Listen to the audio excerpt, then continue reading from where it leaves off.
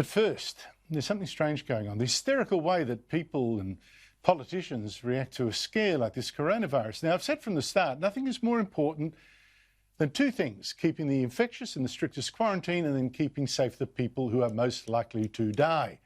And then the rest of us, washing hands, keeping social distance, etc. We're not crashing this economy like this just to stop people from getting the sniffles.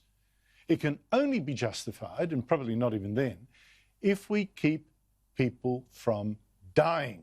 So who is doing the dying? Well, I've looked at who has died since this second wave of infections started in Victoria. 374 new infections reported there today. Since July 6, 2 weeks ago, the youngest person to die was in their 60s, just one. 2 were in their 70s.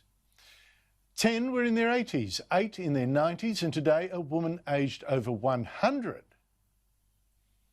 And we had Victoria's Health Minister belatedly talking about doing more to save people in the most likely place where people like this do die of the virus. We have had significant outbreaks in a number of aged care homes.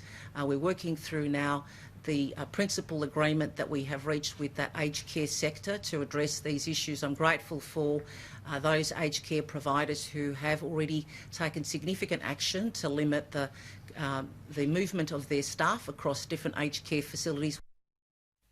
In fact, a third of the Australians killed by this virus have died in aged care homes, 32 in New South Wales. So I find it a scandal that 5 months into this crisis, Victoria is only now taking some crucial steps to keep people in these homes safe.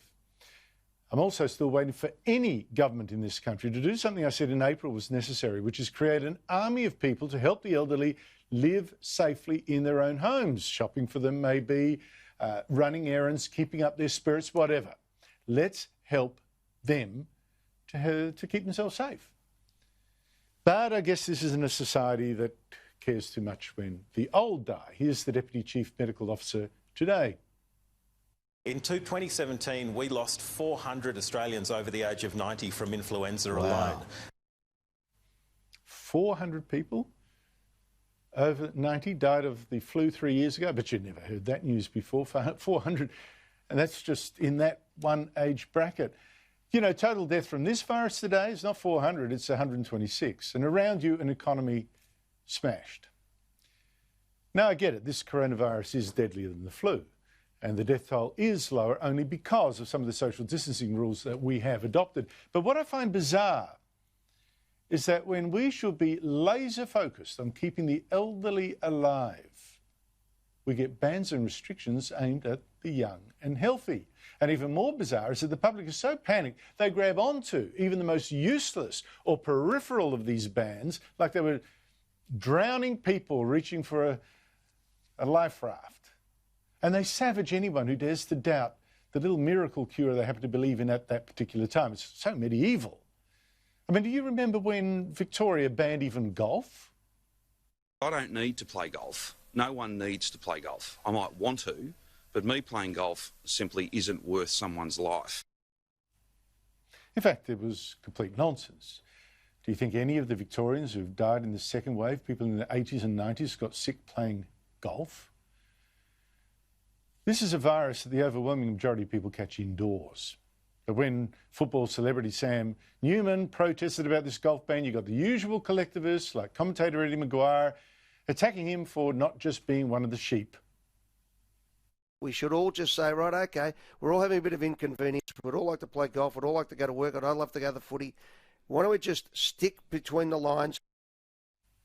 Now, of course, everyone knows that the golf ban was political. The government in Victoria has just dropped it.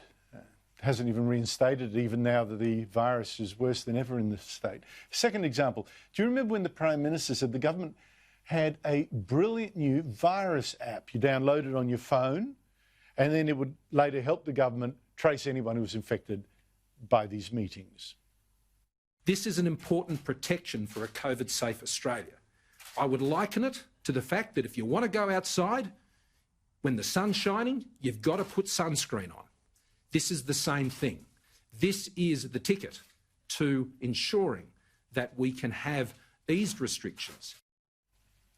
Once again, it was nonsense. I mean, how many of the people who've died in the second wave, people in their 80s and 90s, would have downloaded that app onto their mobile phones if they even had one in the first place?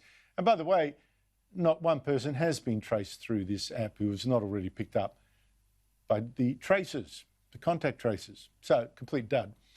But once again, anyone who didn't go along with this dodgy scheme at the start, like MP Barnaby Joyce, boy, did they get lectures.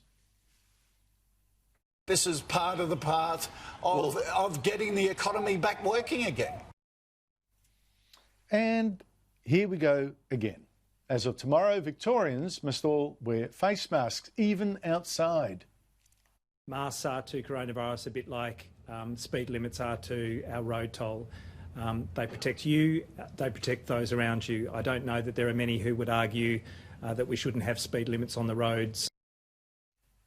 New South Wales may even follow suit. But who catches this virus outside? That's why even France, it's in a worse pickle than Victoria. It's just said yes to making people wear masks, but only inside. In England, again, masks will also be compulsory, but only in the shops. As for the masks themselves, the evidence that they do much good is very patchy, as I showed you last night. Lots of evidence there.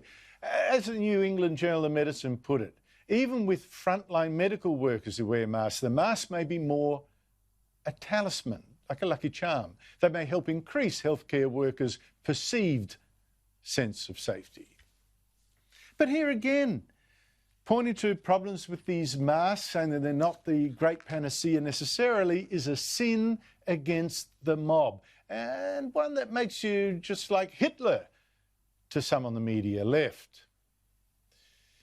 Well, honestly, this virus is not just destroying lives and jobs, it's also destroying reason and making many Australians grab onto the craziest hopes in some sort of collectivist hysteria. We're all in this together, don't dare question anything. Listen, we should be focusing instead on exactly what will save lives.